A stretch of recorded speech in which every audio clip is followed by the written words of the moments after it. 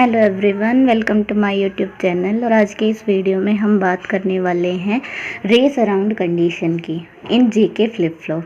तो हमारी last presentation में हमने जेके फ्लिप फ्लॉप के बारे में स्टडी किया था। ये होता है हमारा जेके फ्लिप फ्लॉप। और अगर हम इसकी कैरेक्टरिस्टिक टेबल या फिर एक्साइटेशन टेबल को देखते हैं तो जब हमारे पास क्लॉक एब्सेंट होती है या ज़ीरो होती है तो उस कंडीशन में जे और के की चाहे जो भी वैल्यू हो, नेक्स्ट आउटपुट हमें क्या मिलती है, वो क्यू एन के इक्वल ही मिलती है, प्रीवियस के इक्वल मिलती है। लेकिन जब हमारे पास क्लॉक प्रेजेंट होती है, मतलब इसकी वैल्यू 1 होती है, तो उस केस में जो नेक्स्ट आउटपुट आती है वो किस पर डिपेंड करती है, वो जे और के की वैल्यूज़ पर डिपेंड करती है। 0 के केस में जो नेक्स्ट आउटपुट आती है वो क्यू एन के इक्वल ही आ जाती है। जे और के जब 0 और 1 होते हैं तो उस केस में क्यू एन चाहे 0 हो चाहे 1 हो, नेक्स्ट स्टेट क्या मिलती है, हमें 0 स्टेट मिलती है। और जब हमारे पास 1-0 की कंडीशन होती है तो 1 स्टेट मिलती है। और अगर हम बात करें लास्ट कंडीशन की, जब हमारे पास क्लॉक प्रेजेंट है और जे और के की वैल्यू 1-1 है, तो उस केस में जो नेक्स्ट आउटपुट मिलती है वो क्या मिलती है, वो क्यू एन का कॉम्प्लीमेंट। मतलब अगर 0 है तो हमें क्या मिलेगी, नेक्स्ट स्टेट 1 स्टेट मिलेगी। और अगर 1 है तो नेक्स्ट स्टेट क्या मिलेगी, वो 0 स्टेट मिलेगी। ठीक है, तो देखिए ये जो हमें लास्ट कंडीशन दिखाई दे रही है ये उतनी सिंपल नहीं है। ठीक है, कि अगर हम 0 अप्लाई कर रहे हैं तो हमें उसका कॉम्प्लीमेंट मिल जाए। तो अगर हम यहाँ पर इस कंडीशन को देखते हैं, लास्ट वाली कंडीशन को, और अगर इस सिचुएशन पर अप्लाई करते हैं तो हमें एक कंडीशन ऑब्टेन होती है जिसको हम कहते हैं race around condition.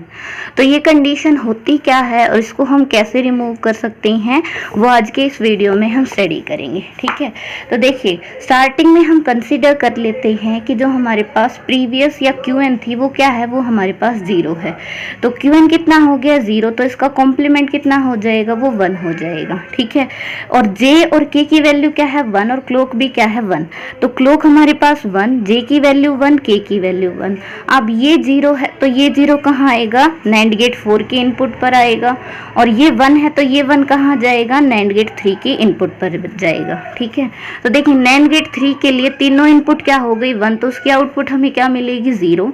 NAND gate 4 के लिए एक इनपुट क्या हो गई, 0, तो नेक्स्ट आउटपुट क्या मिलने वाली है, 1। और ये जो सर्किट होता है हमारा, ये क्या होता है, S R latch using NAND gate. तो अगर उस केस में हमारे पास एस की वैल्यू 0 और आर की वैल्यू 1 बन जाती है तो जो नेक्स्ट आउटपुट आती है वो हमारे पास कितनी आती है, वो आती है 1-0। ठीक है, अब ये क्या है, क्यू एन किससे कनेक्टेड है, नैंड गेट 4 की इनपुट से, और Q N complement NAND gate 3 की इनपुट से। तो जैसे ही नेक्स्ट आउटपुट आएगी, नैंड गेट 3 की एक इनपुट क्या बन जाएगी, ये बन जाएगी 0, और नैंड गेट 4 की एक इनपुट क्या बन जाएगी, अब वो बन जाएगी 1। ठीक है, तो देखिए अब नैंड गेट 3 के लिए क्या कंडीशन हो गई, एक इनपुट 0 हो गई, तो नेक्स्ट आउटपुट हमें क्या मिलेगी, वो मिलेगी 1। ठीक है, नैंड गेट 4 के लिए हमारे पास क्या हो गई, तीनों इनपुट 1-1-1 हो गई हैं। अब तो इसका मतलब जो नेक्स्ट आउटपुट हमें इसकी मिलने वाली है नैंड गेट 4 की, वो क्या हो जाएगी, 0। और जब एस आर लैच के केस में 1-0 की कंडीशन होती है तो हमें कौन सी स्टेट मिलती है, नेक्स्ट स्टेट मिलती है 0-1। ठीक है, तो देखिए अगर फिर से 0 यहाँ पर जाएगा, फिर से 0 नैंड गेट 4 के इनपुट पर जाएगा और 1 नैंड गेट 3 के इनपुट पर जाएगा, अगेन हमारे पास आउटपुट क्या आएगी, वो आएगी 1-0। तो यहाँ पर हम देख सकते हैं कि जब हमारे पास क्लॉक प्रेजेंट है तो नेक्स्ट आउटपुट क्या हो रही है, वो कंटिन्यूसली चेंज होती जा रही है। 0 है तो नेक्स्ट उसका कॉम्प्लीमेंट 1, 1 है तो फिर उससे नेक्स्ट उसका कॉम्प्लीमेंट, फिर 1, फिर 0। तो यहाँ पर आप देख सकते हैं 0 और 1 के बीच में क्या चल रही है, एक रेस चल रही है। ठीक है, कि लास्ट में कौन आएगा। ठीक है, जब क्लॉक पल्स हमारी 1 से 0 पर आ जाएगी, ठीक है, तो उस टाइम पर लास्ट में हम ये डिटरमाइन नहीं कर सकते एंड पॉइंट पर कि जो लास्ट आउटपुट होगी वो 1 होगी या 0 होगी, क्योंकि 1 और 0 के बीच में क्या चल रही है, रेस चल रही है। और इसी कंडीशन को हम क्या कहते हैं, रेस अराउंड कंडीशन कहते हैं। ठीक है, अब रेस अराउंड कंडीशन तो हमें पता चल गया। ठीक है, अब देखिए ये हमारे पास क्या होता है, क्लॉक सिग्नल। ठीक है, 0-1 मैंने आपको बताया था कि 2 ही लेवल होते हैं, 0 और 1। 0 मतलब क्लॉक एब्सेंट है, 1 मतलब क्लॉक प्रेजेंट है। ठीक है, लो और हाई लेवल। तो और एक ये जो पूरा टाइम पीरियड होता है 0 और 1 तक का, वो क्या कहलाता है, इसका टोटल टाइम पीरियड T। ठीक है, तो यहाँ पर हम देख सकते हैं कि जब हमारे पास क्लॉक लो है या एब्सेंट है तो वो टाइम पीरियड कितना हो जाएगा, इस पूरे का हाफ, ठीक है, टोटल टाइम पीरियड टी का हाफ। और जब हमारे पास प्रेजेंट होगी तो वो टाइम पीरियड भी कितना है, वो भी टोटल टाइम पीरियड का हाफ है। मतलब हाफ टाइम के लिए क्लॉक प्रेजेंट रहती है और हाफ टाइम के लिए क्लॉक क्या रहती है, एब्सेंट रहती है, ठीक है। और क्यूएन शुरुआत में हमारे पास क्या था, इनिशियली था 0, यहाँ पर हमने 0 कंसीडर किया है, ठीक है। तो यहाँ पर हम देखिए क्यूएन हमारे पास 0 और हमें नेक्स्ट स्टेट फाइंड आउट करनी है, ठीक है। और नेक्स्ट स्टेट हमें कब मिलेगी, जब हमारे पास क्लॉक 0 होती है। जब हमारे पास क्लॉक 0 होती है तो प्रीवियस आउटपुट किसके इक्वल होती है, सॉरी नेक्स्ट आउटपुट किसके इक्वल होती है, प्रीवियस के इक्वल। और प्रीवियस यहाँ पर हमने 0 कंसीडर की है, तो जब तक क्लॉक 0 है आउटपुट हमें 0 मिलेगी, ठीक है। लेकिन जैसे ही क्लॉक हमारी 1 होगी, ठीक है, तो उस टाइम पर क्या होगा, क्लॉक 1 होते ही अगर हमारे पास 0 थी तो वो किस में चेंज हो जाएगी, वो 1 के अंदर चेंज हो जाएगी, ठीक है। लेकिन जब तक क्लॉक प्रेजेंट है, तो अभी अभी हमने देखा कि हमारे पास क्या चलती रहती है, 0 1 ऐसे चलता रहता है। तो इसका मतलब जब तक हमारे पास क्लॉक प्रेजेंट है उस टाइम पीरियड में हमारे पास आउटपुट कंटिन्यूअसली क्या होती रहेगी, चेंज, 0 1 0 1 0 1, ठीक है। इस टाइप से वो चेंज होती रहेगी। तो यहाँ पर हम देख सकते हैं कि टाइम पीरियड, वो टाइम पीरियड जिसमें हमारे पास क्लॉक हाई है, उस टाइम पीरियड में हमारे पास जो आउटपुट आ रही है वो कंटिन्यूअसली चेंज हो रही है। 1 और 0 के बीच में रेस चल रही है। तो ये कंडीशन क्या हो गई हमारे पास, ये हो गई रेस अराउंड कंडीशन, ठीक है, रेस अराउंड कंडीशन। अब है कि अगर ये रेस अराउंड कंडीशन है तो हम इसको रिमूव कैसे कर सकते हैं, removal of race around condition, ठीक है। तो देखिए यहाँ पर आप देख सकते हैं कि जब हमारे पास क्लॉक का टाइम पीरियड t/2 के इक्वल है तो उस टाइम पर बार बार आउटपुट क्या हो रही है, चेंज हो रही है।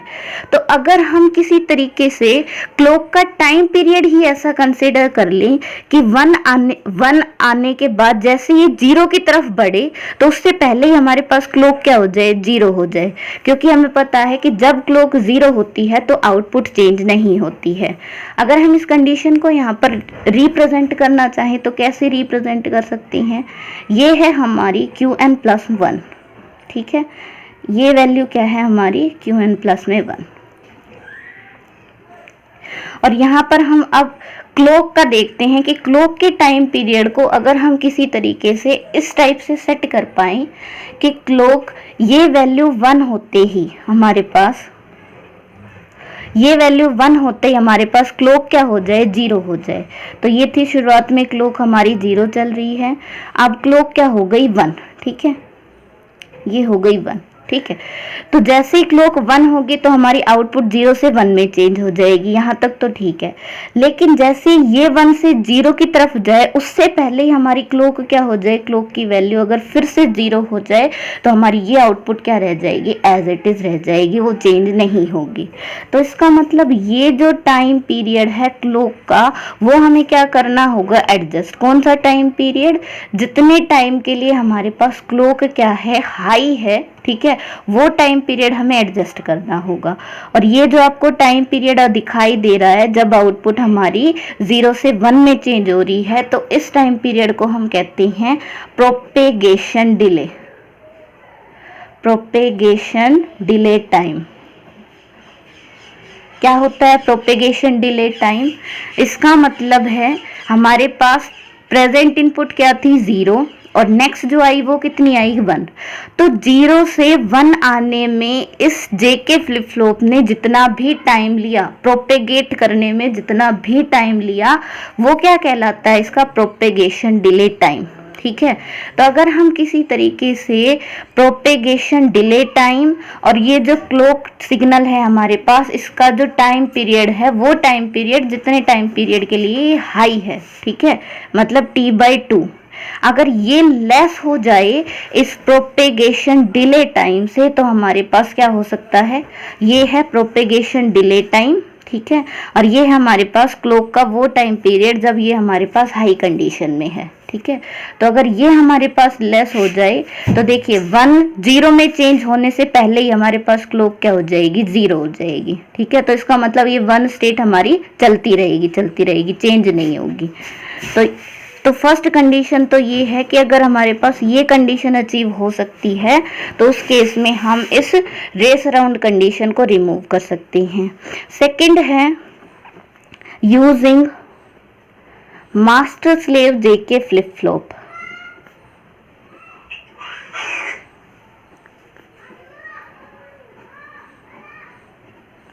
और ये हमारा बहुत ही पॉपुलर मेथड है यूजिंग मास्टर स्लेव जेके फ्लिप फ्लॉप। ये हम नेक्स्ट वीडियो के अंदर पढ़ेंगे कि ये होता क्या है और इसको हम कैसे रिमूव कर सकते हैं। ठीक है, और एक और थर्ड मेथड होता है जिसको हम कहते हैं एज ट्रिगरिंग। उसकी हेल्प से भी हम क्या कर सकते हैं, इस कंडीशन को रिमूव कर सकते हैं। और एज ट्रिगरिंग क्या होती है वो भी हम नेक्स्ट वीडियो के अंदर स्टडी करेंगे। तो ये था आज का हमारा topic, race around condition in JK flip flop. Thank you.